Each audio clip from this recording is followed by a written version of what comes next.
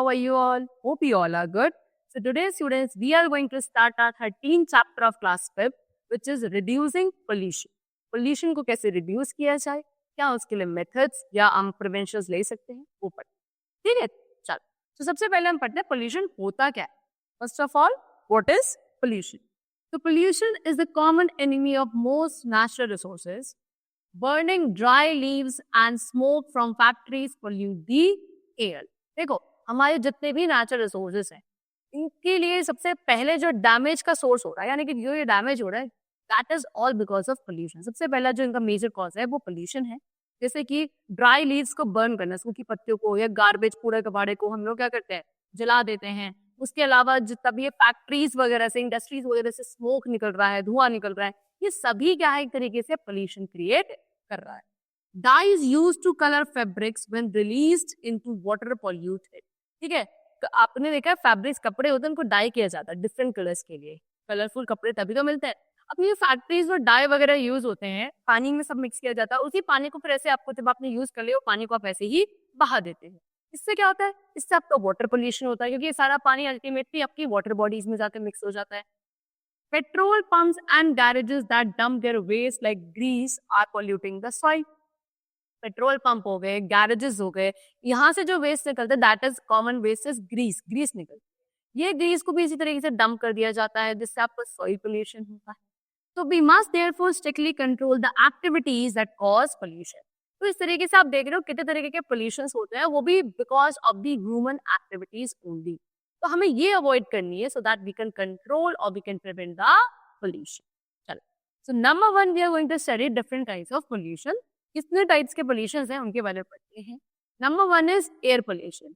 वैसे तो आपका देखो, एयर पोल्यूशन होता है, वाटर पोल्यूशन होता है, नॉइज पोल्यूशन होता है. ठीक है, तो सबसे पहले पढ़ेंगे, और सॉइल पोल्यूशन भी होता है. सबसे पहले आज हम लोग पढ़ेंगे air pollution. The mixing of harmful gases and other particles in the air is called air pollution.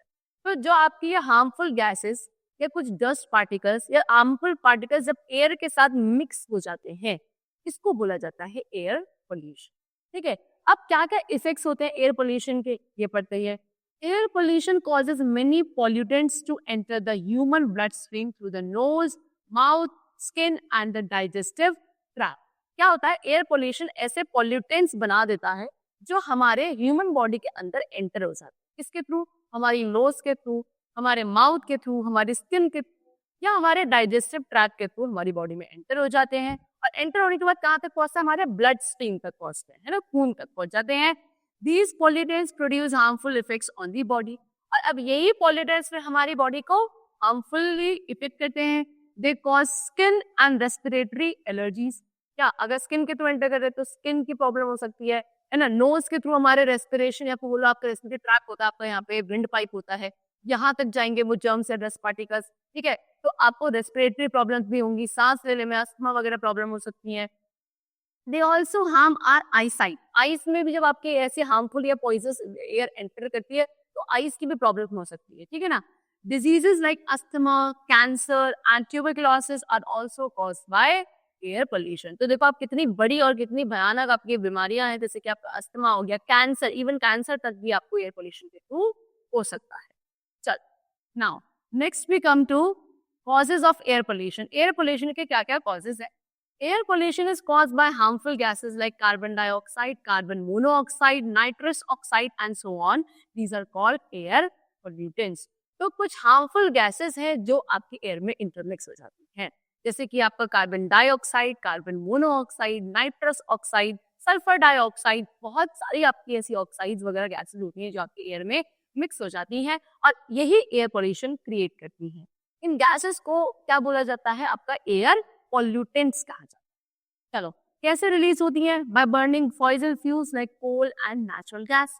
कोल या नेचुरल गैस को जब हम बर्न करते हैं उसके थ्रू होती हैं.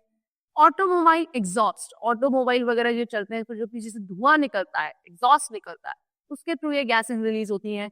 Air conditioners and refrigerators, AC वगैरह यूज होता है ना, हम लोग करते हैं, रेफ्रिजरेटर यूज करते हैं, इनके थ्रू भी अब ये गैसेस यूज होती है.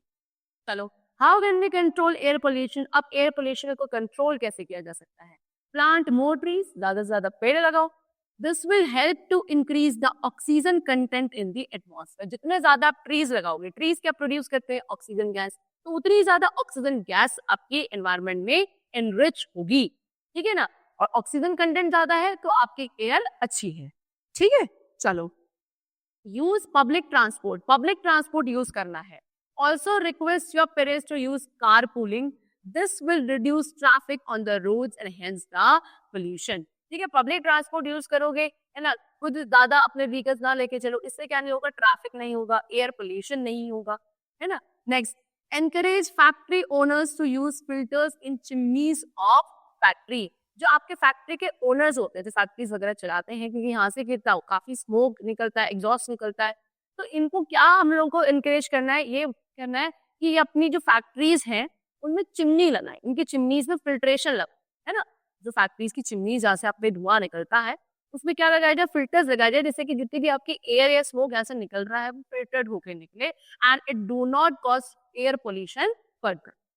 This will made the smoke free from poisonous substances. वही है कि जब फिल्ट्रेशन हो जाएगा तो आपका स्मोक जो निकलेगा यहाँ से वो पॉइजनस नहीं होगा। नेक्स्ट पे कम टू वाटर पोल्यूशन। दूसरा टाइप का पोल्यूशन जो हमें पढ़ना है बच्चों, that is water pollution. The mixing of harmful wastes in groundwater, lakes, rivers, seas, and oceans by human activities is called water pollution. तो जब क्या harmful wastes आपके जितनी भी water bodies है, किसी भी तरीके की, छोटी हो बड़ी हो, उसके साथ intermix हो जाते हैं ये harmful substances, then they lead to water pollution. जैसे कि आपकी water, lakes, river, seas, ocean, इन ये आपकी जितनी भी वाटर बॉडीज होती हैं, इनमें जब पॉल्यूटेंट्स ये आपके इंटरमिक्स हो जाते हैं, है ना, then they create water pollution. It is a major problem faced by most countries. Water pollution तो बच्चों एक मेजर प्रॉब्लम है जो मोस्ट से कंट्रीज में हो रही है या हम लोग फेस करते हैं। अब क्या क्या पहले पढ़ते हैं? Effects. Polluted water if used for irrigation affects the quality of crop. अगर हम इस गंदे पानी को इरिगेशन के लिए, यानी कि आपके जो फील्ड वगैरह होते हैं, एग्रीकल्चर पर्पस के लिए यूज करेंगे, तो वहां जो क्रॉप्स हैं वो भी आपके कैसे हो जाएंगे? आपके लिए हार्मफुल है, पॉइजनस हो जाएंगी, क्योंकि उसी को हम बाद में कंज्यूम करने वाले हैं। चलो, इट डिक्रीजेस एग्रीकल्चर प्रोडक्शन। देखो, क्रॉप्स की क्वालिटी भी जाएगी और जो प्रोडक्शन होता है वो भी कम हो जाता है, उतना नहीं हो पाता, उतनी क्वांटिटी नहीं हो पाती जितनी आपकी हो सकती थी एक अच्छे पानी को यूज करने वक्त। Poisonous chemical from factories affect marine life. अब जितना भी फैक्ट्री से पॉइजनल आपके केमिकल्स वगैरह निकलते हैं, ये वाटर बॉडीज में जाते हैं, उसमें जितनी भी वाटर लाइफ है, एक्वेटिक लाइफ है ना, या मेरीन लाइफ जिसे आप कहते हैं, जैसे कि फिशेस वगैरह हैं वहाँ पे, या फिर पानी के अंदर जो प्लांट्स होते हैं वो हैं, उनको भी तो बेटा इफेक्ट करेंगे, क्योंकि सारा पॉइजन ही तो है, केमिकल सारा पॉइजन है, वो उन तक जाएगा, वो उसी पानी को इनहेल करेंगे, उसी के थ्रू ऑक्सीजन लेंगे, उसी पानी को पियेंगे, तो बेटा उनके भी क्या हो जाते हैं? मरने के चांसेस होते हैं। Plants, fish, and living things in polluted water bodies die due to these chemicals. If we eat such fish, we will also fall ill. वही बता, plants, fish और जितने भी living things इस polluted water bodies में रहते हैं, इस पानी की वजह से बच्चों वो क्या हो सकते हैं? They can die. और इन्हीं फिशेस को अगर हम लोग खा लेते हैं बाद में, तो इनके अंदर तो केमिकल्स एंटर हो गए, अब वो केमिकल्स फिर हमारी बॉडी में एंटर होंगे तो हमको भी इफेक्ट करेंगे, ठीक है। चल, now what are the causes of water pollution? क्या क्या आपके causes है? Number 1, industrial water is a major source of water pollution. Industries के थ्रू जो वेस्ट निकलता है वो सबसे पहला कारण है आपके water pollution. Next, people pollute water by littering and pouring oils down the sink. They also use fertilizers and other chemicals in their garden. लोग क्या करते हैं, जितना भी आपके ऑयल वगैरह होते हैं, इनको क्या करते हैं? सिंक के थ्रू ही बहा देता है, और ये पानी फिर आपका कहाँ चला जाता है? आपके अंडरग्राउंड वाटर में चला जाता है। उसके अलावा फर्टिलाइजर्स और बाकी कुछ केमिकल्स होते हैं जिनको हम अपने गार्डन वगैरह में यूज करते हैं। These pollutants are then washed into drains, और फिर ये पॉल्यूटेंट्स आपके ड्रेन्स के थ्रू बह जाते हैं। In villages, bathing cattle, washing utensils and clothes in river water and ponds also add to water pollution. गाँव में क्या होता है कि जो अपने कैटल्स वगैरह, गाय भैंस वगैरह, इनको भी रिवर्स में, ओपन रिवर्स में वहां जाके नहलाया जा रहा है, वही कपड़े धोए जा रहे हैं, बर्तन धोए जा रहे हैं, और वो सारा गंदा पानी फिर उसी रिवर बॉडी में जा रहा है, तो इस तरीके से भी वाटर पोल्यूशन हो रहा है, ठीक है। Now how can we control water pollution? अब वाटर पोल्यूशन को कैसे कंट्रोल करा जा सकता है? Recycle and dispose the garbage properly. आपका जो भी गार्बेज है पहले तो आप उसको सोचो कि आप उसे रिसाइकिल करो, और अगर आप उसे डिस्पोज कर रहे हो तो पानी में नहीं डिस्पोज करो, ठीक है। चलो, use the dustbins provided, keeping beaches free from garbage will go for a long way to help keep our water clean, ठीक है। डस्टबिन वगैरह जो प्रोवाइडेड होता है उन्हें यूज किया जाएगा, पानी में ऐसे कोई भी कूड़ा कबाड़ा नहीं डालो, ठीक है। बीच वगैरह पे कहीं हम लोग घूमने जाते हैं तो वहां पे जो हम लोग कूड़ा ऐसे ऊपरली फेंक आते हैं, दैट इज वेरी बैड, उसको अवॉइड करना है ना, तो पानी आपका क्लीन रहे। Encourage farmers and gardeners to use natural fertilizers like compost or manure. Composting helps to retain soil moisture, ठीक है। तो compost जो यूज करते हैं हमारे आपके फार्मर्स वगैरह, तो उनको एनकरेज करना है कि वो नेचुरल कंपोस्ट यूज करें। कंपोस्टिंग क्या करता है, ये पानी रिटेन करने की जो एबिलिटी होती है उसको एनहांस कर देता है सॉइल के लिए, है ना। तो वो कंपोस्ट ऐड करना पड़ता है सॉइल में, लेकिन नेचुरल कंपोस्ट ऐड किया जाएगा तो वो ज्यादा अच्छा, ठीक है। चल, now next we come to noise pollution. Noise pollution क्या होता है? The presence of loud noise in the atmosphere is called noise और साउंड पोल्यूशन। जब हमारे एटमॉस्फेयर में बहुत ज्यादा लाउड इरिटेटिंग नॉइज अगर है, प्रेजेंट है, तो उसको नॉइज या साउंड पोल्यूशन कहा जाता है। Any sound louder than 90 decibel. Decibel बच्चों एक यूनिट है जिसमें हम साउंड को मेजर करते हैं कि कितनी लाउड है साउंड, है ना। तो 90 डेसिबल से अगर ज्यादा लाउड होती है कोई साउंड, ठीक है, तो वो हमारे कानों के लिए थोड़ी सी हार्मफुल, वहीं से फिर आपका नॉइज पोल्यूशन उसको कहा जाने लगता है। Decibels in which intensity of sound is measured. ये बताया मैंने, डेसिबल क्या है? एक क्वांटिटी, एक यूनिट है जिसमें आप साउंड की इंटेंसिटी को मेजर करते हो। तो ऐसी कोई भी साउंड जो 90 डेसिबल से ऊपर की होती है is harmful for our ears. Nowadays, sound and noise pollution has become one of the biggest environment problem. आज के टाइम पे एक सबसे बड़ी प्रॉब्लम बन चुका है नॉइज पोल्यूशन या फिर साउंड पोल्यूशन। देखो क्या क्या इफेक्ट्स हैं वो पढ़ते हैं।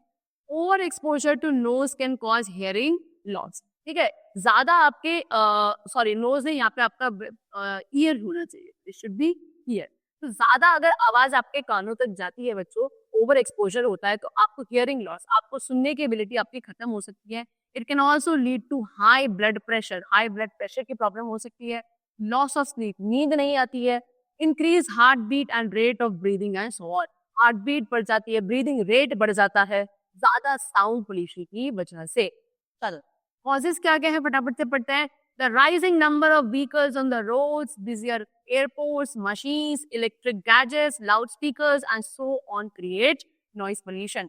इतने रोड पे व्हीकल्स बढ़ रहे हैं, ये भी क्या है, इनके थ्रू भी तो नॉइज पोल्यूशन हो रहा है ना।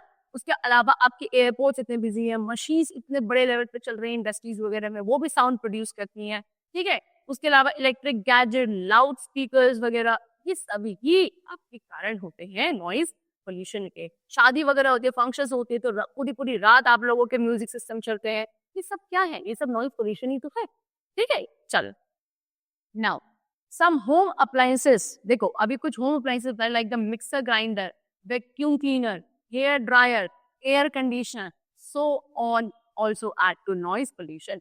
तो कुछ हमारे घर में कॉमनली यूज होने वाले अप्लायंसेस है, जैसे कि आपका grinder, vacuum cleaner, hair dryer, washing machine, AC, ये सब भी बच्चों वो नॉइज पोल्यूशन के ही कॉजेस है। Now how can we control noise pollution? Request everyone to use sound absorber in noisy generators, this will make the generator sound proof. तो हमें क्या एक तरीके से हम रिक्वेस्ट कर सकते हैं कि जो आपके जनरेटर्स वगैरह होते हैं जो काफी नॉइजी होते हैं, इसमें साउंड प्रूफ यूज किया जाए, ठीक है, या साउंड एब्जॉर्बर यूज किया जाए, सो दैट आपकी जो है आवाज ज्यादा ना प्रोड्यूस, ठीक है। Encourage your family members to maintain vehicles and home appliances for smooth functioning, ठीक है। हम अपने फैमिली मेंबर्स को encourage कर सकते हैं कि जो हम लोग घर में ये सारे गैजेट्स वगैरह यूज करते हैं, तो उसको थोड़ा सा बैलेंस करके यूज किया जाए। ये नहीं अननेसेसरी हर वक्त, अगर थोड़े बहुत कपड़े हैं तो हम तो हाथ से भी धो सकते हैं, नहीं लेकिन वॉशिंग मशीन चलेगी, ठीक है। अगर कुछ आपका मिक्सर ग्राइंडर का काम है तो उसको हम हाथ से कर सकते हैं, लेकिन नहीं, तो वही चीजें उसको हम थोड़ा सा रोके, प्रिवेंट करें। Encourage people working in noisy areas to wear earplugs. ऐसे लोग जो नॉइजी एरिया में काम करते हैं वो ईयर प्लग्स वगैरह यूज करें, अदरवाइज उनको हियरिंग लॉस की प्रॉब्लम हो सकती है। ईयर प्लग्स यूज करेंगे तो कम आवाज जाएगी, और कम आवाज जाएगी तो वो उनके कान सही। So that's all for the chapter. The chapter is completed. Hope you all liked it and understood it. Thank you everyone.